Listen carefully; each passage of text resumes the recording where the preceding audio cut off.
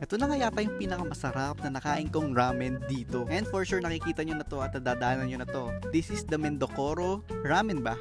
And today nandito tayo sa branch nila dito sa may tapat ng SMX. Ang cool lang dahil nakikita nyo kung paano nila ginagawa lahat. And very limited lang yung seats nila. Kaya alam nyong quality and you really feel exclusive. Parang ganun eh. Kaya I think dun talaga nagiging quality yung mga gawa nila. And in fairness, ang bilis ng serving nila dito.